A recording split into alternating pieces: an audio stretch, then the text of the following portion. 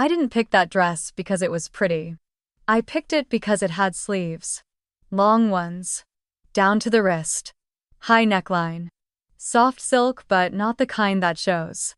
You know, there's this moment when you look in the mirror and you don't see a woman anymore. You see someone who's trying not to be seen. Trying not to upset anything. Trying not to take up space. That morning, I stood in front of the glass and barely recognized myself. Not because of age. Not even because of the bruises. But because of how quiet I'd become. I made the coffee weak. Not for me. For him. The way he likes it, no smell, no mess, no reason to complain. The house was cold. I didn't turn on the heat. Didn't make noise. Didn't speak unless spoken to. Because sometimes the most dangerous thing a woman can do is exist a little too loudly. And I knew better than that. He came in right on time, always did. His shoes didn't squeak. His shirt was crisp. His smile, practiced. I handed him the coffee. He didn't say thank you. He never said thank you. He looked at the stove, at the pan I hadn't used yet. At the eggs that weren't even cracked. They're overcooked, he said. My lips parted, but I didn't say a word. Because the eggs weren't the problem. He straightened his tie. Adjusted the cuff of his sleeve. Then leaned close enough for his breath to graze my cheek. Tonight has to be perfect, he whispered. And you're going to smile. Like nothing ever happened. Not one word about anything else. His voice was quiet, but it still echoed in my bones.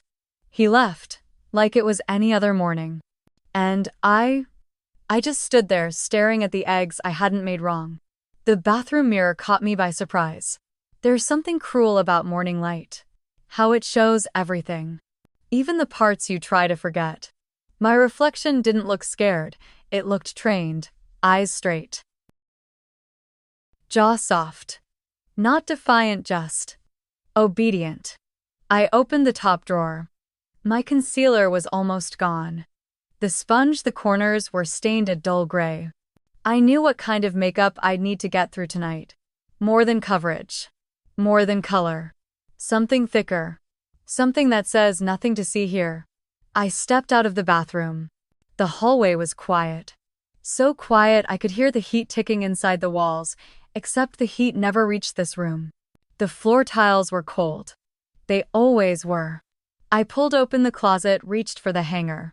The blue dress, the one with sleeves. Not satin, not lace, just silk. Heavy enough to stay in place, soft enough to look like luxury. But I didn't buy it for that. I bought it for how it covered everything. I let the fabric slide over my shoulders. Zipped it up slow. The collar brushed my neck. The sleeves swallowed my arms. In the mirror, I looked like someone going somewhere important. But the truth, I was dressing for war.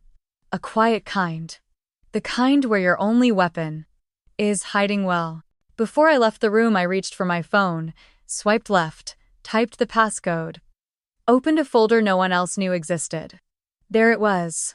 A photo. Blurry. Half my face swollen near the eye.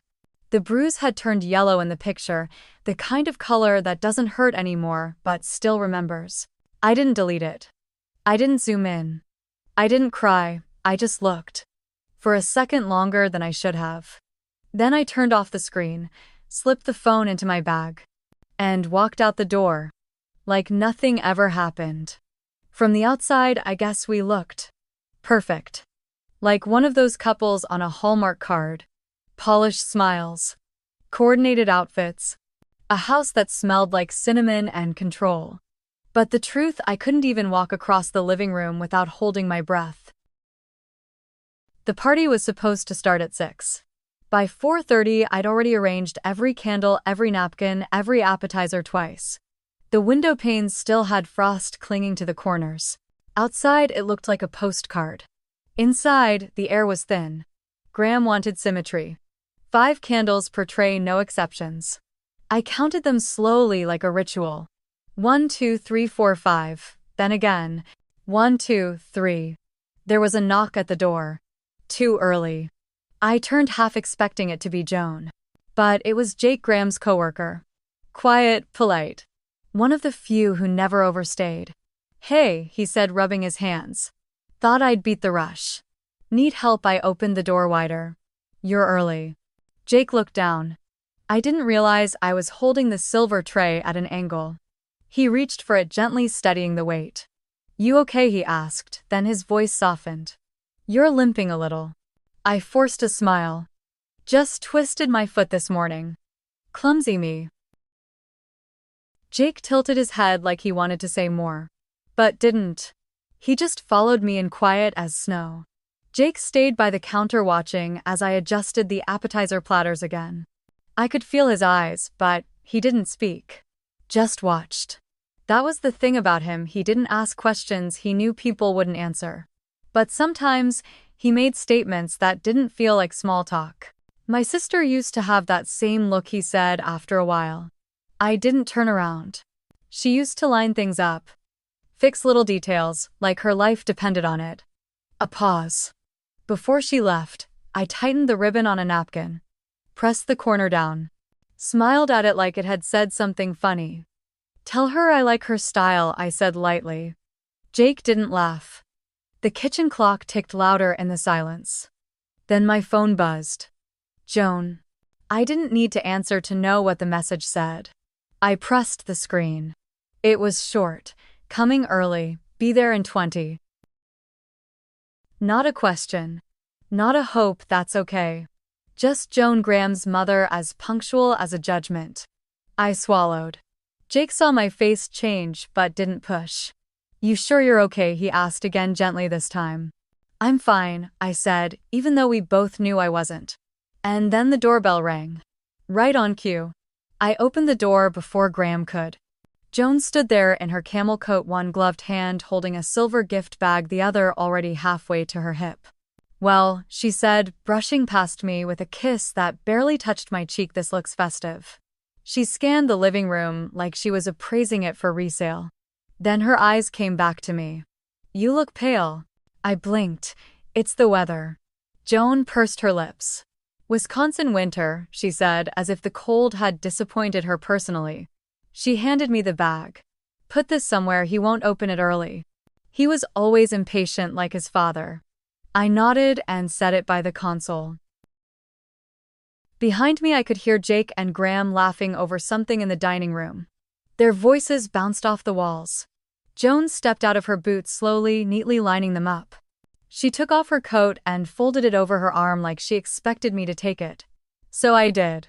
And as I turned to hang it up, she said, not unkindly, just plainly, like stating the weather, "You should try a little blush, dear.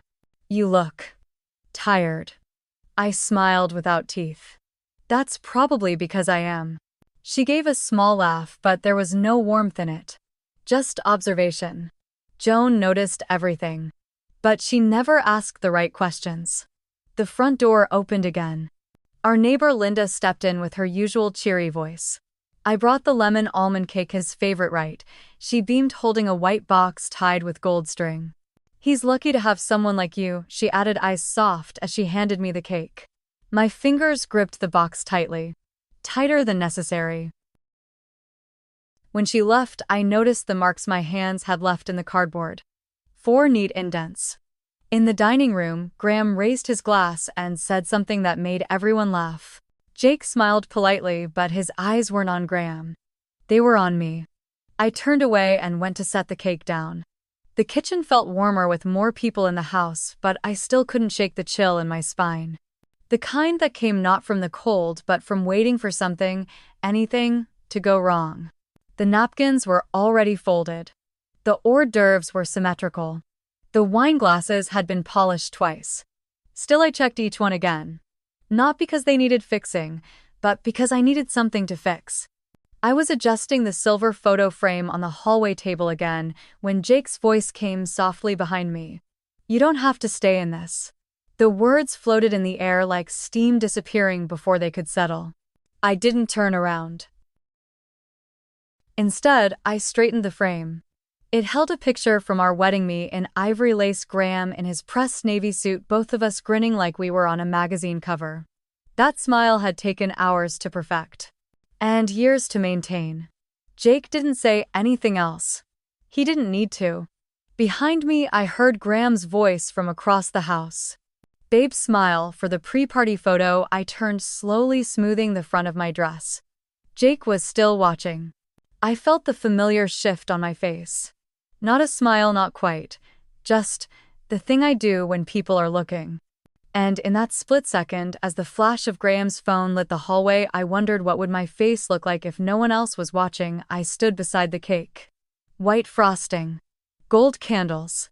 Letters piped so carefully you'd think they were done by a jeweler. Happy birthday, Graham, it read. Elegant. Balanced. Perfect. Just like the man himself, I suppose. People were laughing, toasting.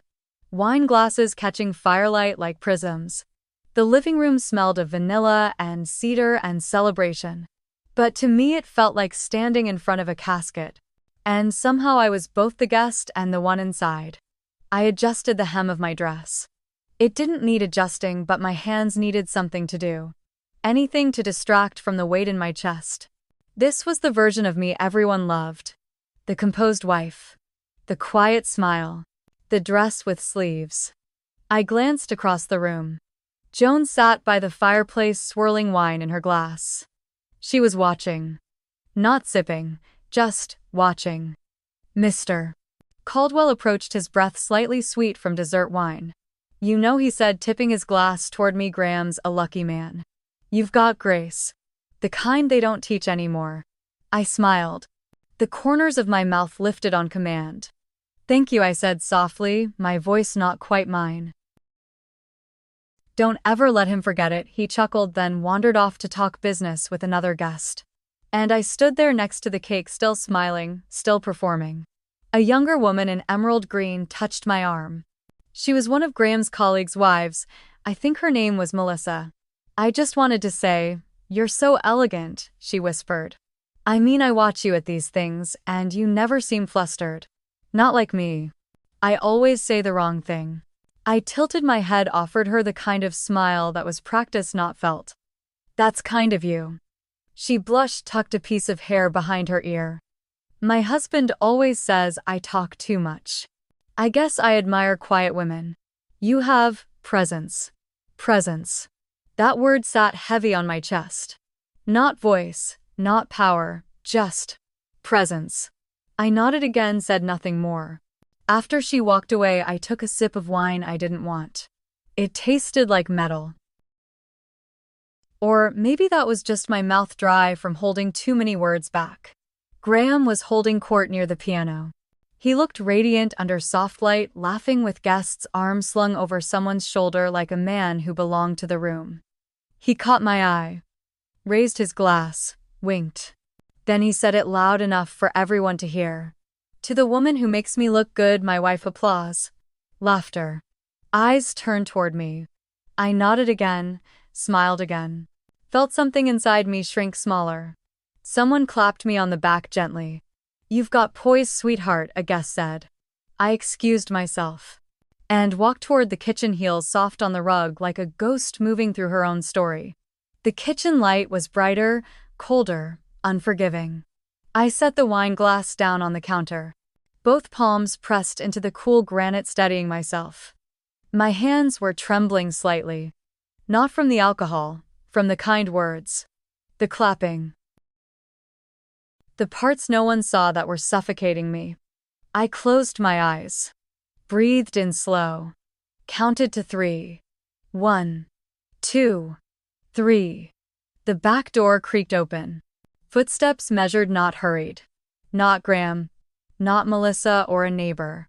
Not the party crowd. A familiar scent drifted in, powdery floral, deliberate. Joan. Her presence was always quiet but never uncertain. She stopped a few feet behind me. Didn't speak at first. I brought my coat, she said softly. Balcony's empty. Thought maybe we could get some air. I didn't turn around, just nodded once. Then I reached for the door and followed her out into the cold. The air bit gently at my cheeks. Not harsh, just sharp enough to wake something up inside me. The kind of cold that didn't demand anything, just reminded you that you were still alive. Joan moved to the far side of the balcony and leaned her elbows on the railing. Her breath came out in soft puffs. She looked out over the neighborhood rows of snow-covered rooftops, a single flickering porch light across the street. Inside, the jazz was muffled, like a memory fading through a wall. She didn't rush, didn't press, just stood there with me, letting the silence settle. Like she knew it had to come first. Finally, she said, "You looked beautiful in there." I glanced at her, unsure how to answer. She added, "But not yourself." I didn't flinch, didn't speak. Joan didn't fill the space with questions. She simply turned, met my eyes, and asked so plainly it nearly undid me.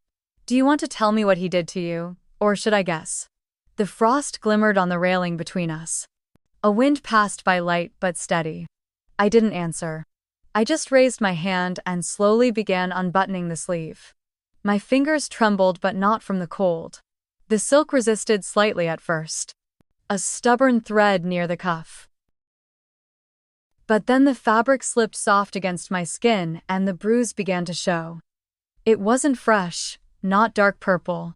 It had aged into that sickly yellow-brown, like something once hidden too long, and now fading, but not gone. Joan looked. And for once she didn't look away. Her lips parted just slightly, but she said nothing. No gasp. No questions. Just silence. She reached into her coat pocket, pulled out a tissue, and handed it to me, not for my face but to rest my hand on. Like the sight of it hurt her more than it did me. I whispered, "I cover it well, don't I?" Joan's voice came quiet. "But that's not your job." I didn't know what to say, so I said nothing. Behind the glass, we could hear laughter swell. Graham's voice cutting through it, all loud and practiced. "That's my girl, Joan." Closed her eyes. Then opened them again. "When you're ready," she said, "and I mean truly ready, you won't have to stand out here alone." Then she reached forward and ever so gently buttoned the sleeve back for me. Inside, someone called my name. The party wanted its centerpiece again. But for one more breath, I let myself be just a woman in the cold, standing with someone who finally saw me. I used to think silence was safety. That if I stayed quiet, kept things orderly, wore the right dress, said the right words, no one would ever see the cracks. No one would ask questions. But silence, I've learned, isn't safety. It's a locked room. No windows, no exits. And the longer you stay, the harder it becomes to remember what air tastes like. I stood there, sleeve rebuttoned, arms stiff at my sides. Joan didn't touch me again. Didn't speak. She just stared ahead into the dark, into the city lights blinking past the trees. Like she was counting the miles between what she raised and what he became. Behind the glass, I could still see the party unfolding in pieces. Faces lit by firelight, hands gesturing in mid-conversation. Graham's silhouette, sharp, animated, center of attention like always. I couldn't hear him. But I knew that posture. That smile. That slight lean forward, glass in hand. He was telling one of his stories. He always told stories. And people always believed them. Joan inhaled long and slow. Then she said, calm as glass, "We're going back in now." I turned sharply. "Joan," she lifted one hand, firm but kind. "You won't say a word." And without waiting for a response, she opened the sliding door and walked back into the room.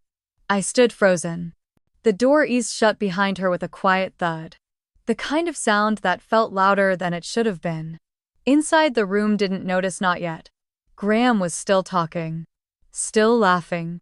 Still basking. A woman in a red scarf tilted her head back in amusement. Someone handed him another glass. And in the corner, Jake caught my eye through the glass. His smile was gone. His arms were folded, but his eyes, they tracked Joan. She didn't hesitate. She crossed the room like she belonged to it. Like she had every right to interrupt the performance. Because she did. No tapping a glass. No asking for attention. Just one clean cut through the conversation. "Let's talk now, Graham." That voice. Low, clear, not loud. But it stopped the music faster than a needle skip. Graham turned. I watched the smile peel off his face, one layer at a time. "Mom," he said through clenched teeth. "This really isn't the time." Joan folded her hands in front of her. Didn't blink. Oh, she replied, I think it is. A silence moved through the room. Not the polite kind, the kind that sinks teeth into your spine. Joan took a single breath, not to calm herself, but to steady her aim. She turned toward the crowd and toward the man she raised. Let's talk, she said again. About the kind of man who bruises his wife.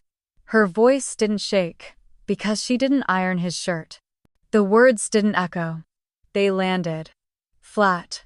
Heavy. True. A woman near the fireplace coughed into her wine.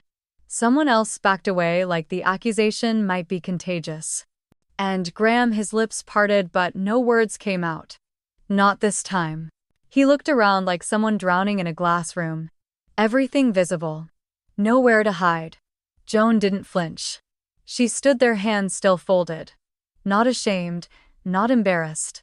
And then all eyes turned to me. I didn't move.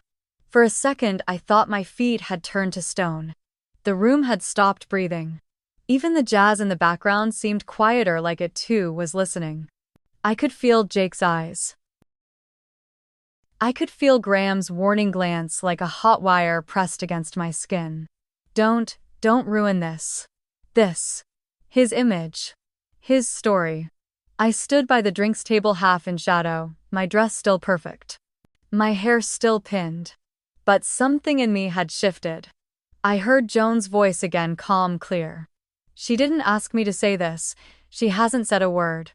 But I raised a son and I won't pretend I don't see what he's become. The room cracked open, Graham's boss stepped back. One of the neighbors put her wine down and left. No one said anything to me, but they didn't laugh anymore either. And then, softly, like I was testing the weight of it, I said it, I'm not hiding anymore. The words came out smaller than I imagined. But they reached him. I know they did. Because for the first time since I met him, Graham looked afraid. He tried to laugh. That low performative chuckle he used when things slipped sideways, but it didn't land, not this time. No one laughed with him.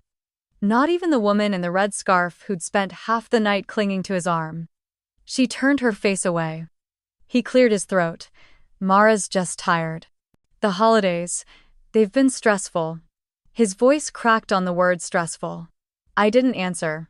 Didn't explain. Didn't save him. I just looked at him.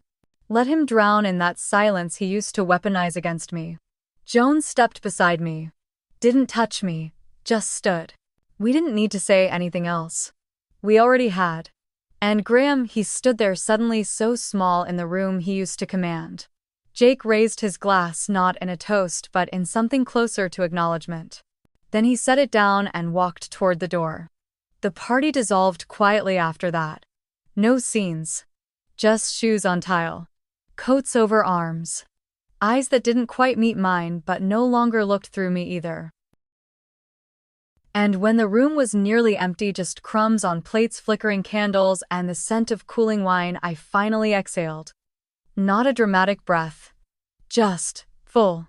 Real. For the first time in years, the silence didn't belong to him. It belonged to me. And it was no longer a cage.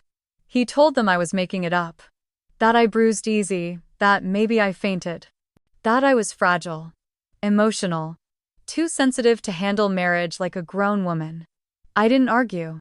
I just stood there still in the same blue dress, hearing his voice bounce off the walls like smoke without fire. The room didn't move. No glasses clinked.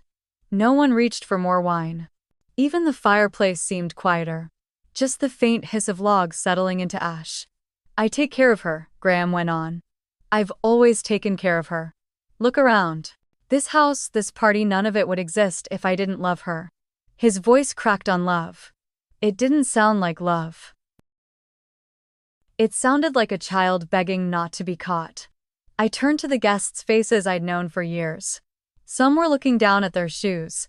Some stared at me like I'd grown a second face. A woman near the mantel shifted her purse under her arm. Then quietly took a step back. Toward the door. And I said calmly without a tremble, he controls what I wear, who I talk to, when I sleep, what I cook, how loud I'm allowed to breathe in his presence. A pause, long, sharp as glass. He used to say I had a voice that could light up a room. Now he only lets me use it when the curtains are closed.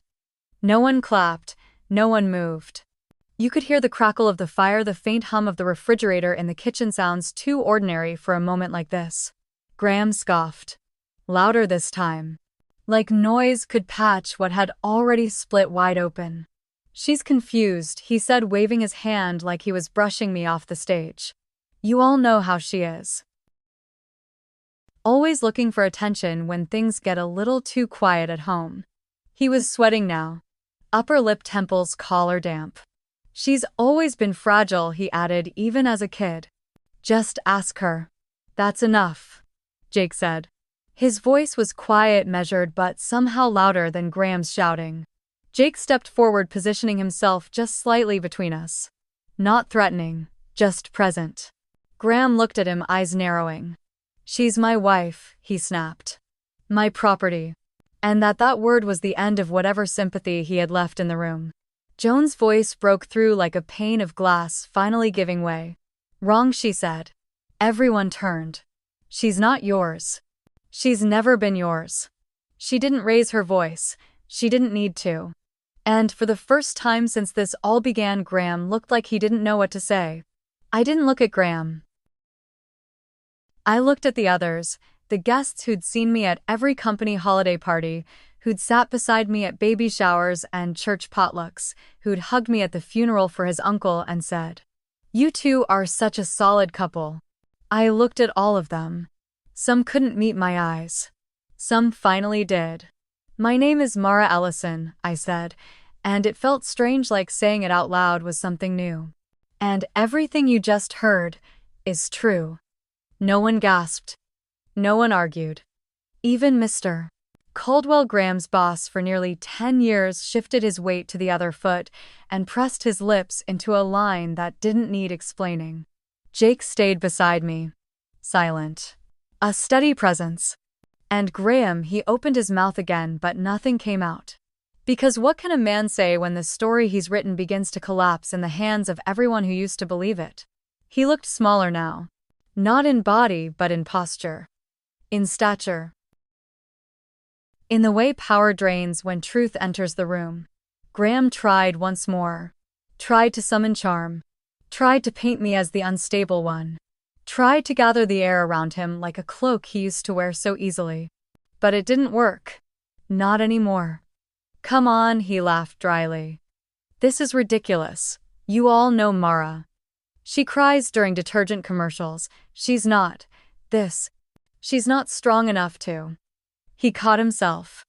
Too late, because I didn't flinch. I didn't look away. And no one else in the room was laughing with him.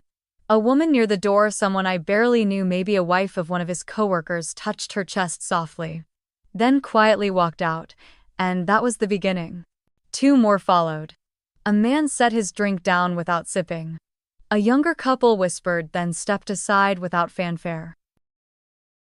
Graham looked around as if the walls might answer for him, as if the house he curated with lighting and glass and curated playlists could somehow fix what was unraveling from within. But the room had turned, and silence had shifted sides. Then came the sound, not from anyone inside the house but from the street beyond. Sirens. Distant but closing in. 2 short bursts, then a longer one. I didn't move. Neither did Graham. But his face changed. He finally understood what was happening. Not just the room, not just the party, but everything. Joan stood to the side. Still, hands folded like she'd waited for this moment longer than any of us knew. Jake didn't speak. Didn't step forward again. Just stayed beside me, not as a protector, but as a witness. And me, I closed my eyes for just a second. Inhaled. The smell of burnt wax. A hint of smoke from the fire. The wool of my dress. My own skin no longer scrubbed raw for perfection. And I said, not loudly, not to anyone in particular. For the first time in years, I'm not scared of who hears me. And when I opened my eyes, they were all still listening. They said I'd regret it. That standing up in front of everyone, neighbors, friends, his boss, was a mistake I'd carry forever. But regret feels different when you can finally breathe. The kind of breath that doesn't come with checking the hallway first, or calculating how many steps before the next silence breaks. These days, I breathe like the windows are open, because they are. Our new apartment sits just 2 blocks from Lake Mendota. Small. Nothing like the old house. But it has warmth that doesn't need a thermostat, and no one tells me how many candles should be on a tray. There's a baby monitor now. Soft glow, gentle clicks. And a bookshelf that isn't alphabetized because sometimes I forget to care. Sometimes that's how healing sounds. The coffee smells different here too. Stronger, bolder, bitter. I don't sweeten it anymore. That morning, I sat by the window, mug warm in my hands, and reread the letter from the court. Graham's sentencing came quietly. No cameras, no dramatic ending. Joan testified. Jake submitted a written statement. And I chose to stay home that day. To be with Eli. There are some things more important than hearing a judge say guilty. Like holding your son while he sleeps through a thunderstorm. And realizing for the first time in years, you weren't afraid of the noise. Joan visited again the following week. No warning. Just a knock on the door and the smell of her coat, faint cinnamon and clean wool filling the hallway. She didn't bring flowers. She brought a blanket knitted by hand. And 2 books for Eli, one about trains, one about birds. Neither of them asked which one he liked more. He wasn't old enough to speak yet. But Joan looked at him like she already knew. We sat at the small kitchen table. Same table where I write now. She didn't say much, didn't have to. Before she left, she reached into her bag and placed something on the table. It caught the light. The sapphire necklace. The one she gave me at our wedding. The one I hid in the back of a drawer behind unused candles and broken things. She didn't tell me to wear it. She didn't say this belongs to you. She just set it down like an offering. Or a letting go. Her voice was low. Kind but sure. It's not your fault you stayed, but you walked out anyway. That's what matters. Then she turned to Eli, kissed his forehead, and left before the kettle finished boiling. I didn't cry. But I kept the necklace out that day. Let it sit there in the sunlight. And for the first time, it didn't feel like shame. It felt like a full stop, a comma maybe. But no longer a period to someone else's sentence. The next morning I brewed the coffee the way I like it. Not how he liked it, not weak, not careful, not something meant to fill the silence. It was strong, bitter, bold. I stood by the window as it brewed, steam curling like breath I didn't have to hold. Eli slept nearby, one fist closed tight above his tiny chest. The baby monitor blinked softly, steady as a heartbeat. I opened my laptop. Not to scroll, not to hide, but to write. The cursor blinked on a blank screen for a long while. Long enough that I almost closed it again, but then, my fingers started typing. Slowly. Almost like memory. To the woman wearing long sleeves in the summer, I see you. I used to be you. That was the first line. I didn't think too hard about the rest. The words poured out like the truth had been waiting. Not polished. Not pretty. Just real. When I hit publish, I didn't expect anyone to read it. But they did. Thousands. Then, tens of thousands. Women, men, daughters, neighbors. Some said, "This is my sister's story." Others said I never knew I needed these words, but the comment that stayed with me was short. I thought I was invisible. Thank you for proving I'm not. The sentence came in April.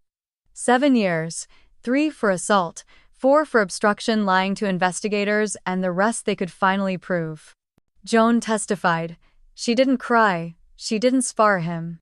Jake submitted his statement, too quiet, steady-worded, like a man who'd seen too much and waited too long. I didn't attend the final hearing. Not because I was afraid, but because I didn't need to be in that room anymore to reclaim my space in the world. I sat by the window instead. Eli asleep in my arms, the lake in the distance, breathing its quiet breath into spring. Mom moved closer a few weeks later.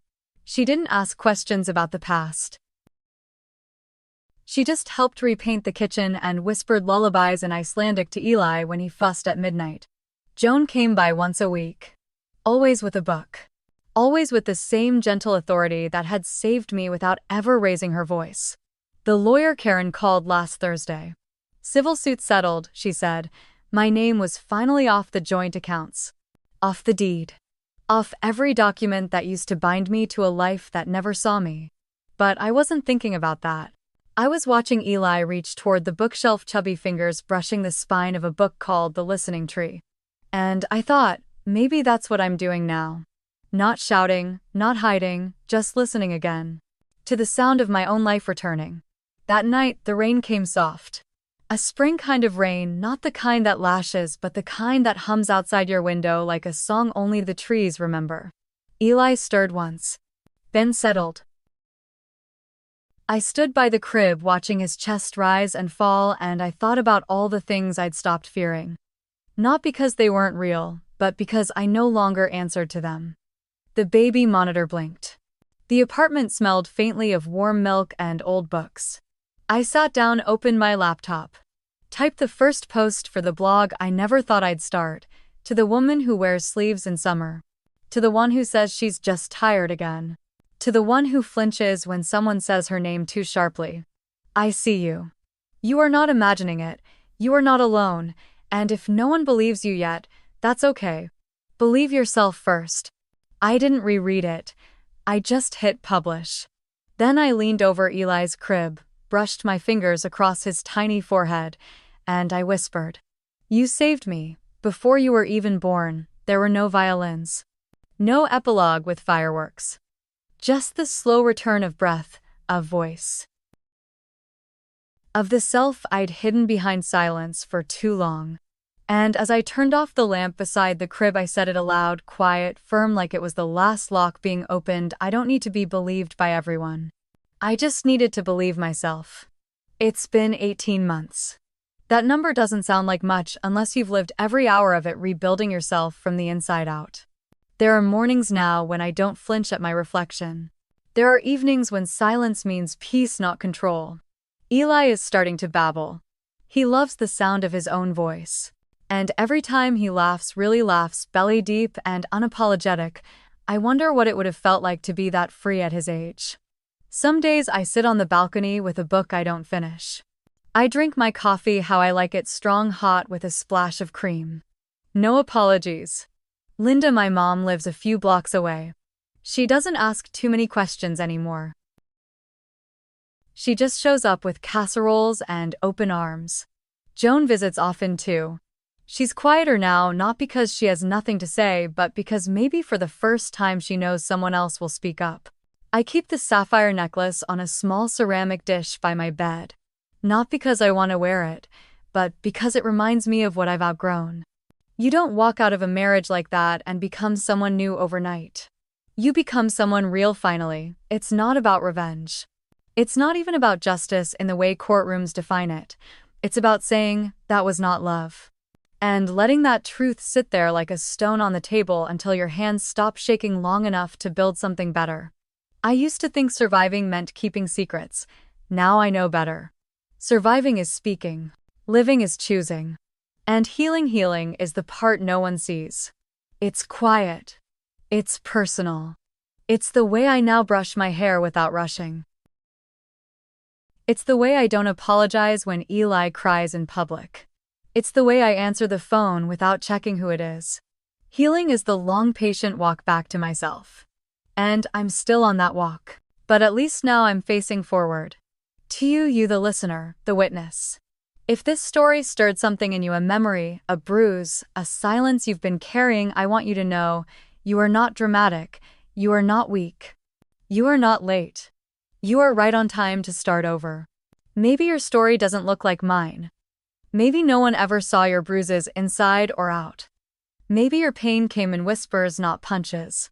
But pain is pain, and your story still counts. So I ask you softly but clearly, have you been living small just to keep someone else comfortable? Have you traded your peace for their approval? If the answer is yes, even if you're not ready to leave, even if you're not ready to speak, I see. You. And when you're ready, say it aloud even just once. I deserve to feel safe. That's where everything begins. If Mara's story reminds you of someone, share it. If you've walked a similar path, drop one word in the comments here. If you once wore long sleeves in summer, tell us what helped you heal. Your comment might be the lifeline someone else needs to read tonight. Because sometimes the bravest thing a woman can do is simply not stay silent. We'll be reading. We'll be listening. And we'll be waiting for you on the other side of the silence. With warmth, the EN True Tales team.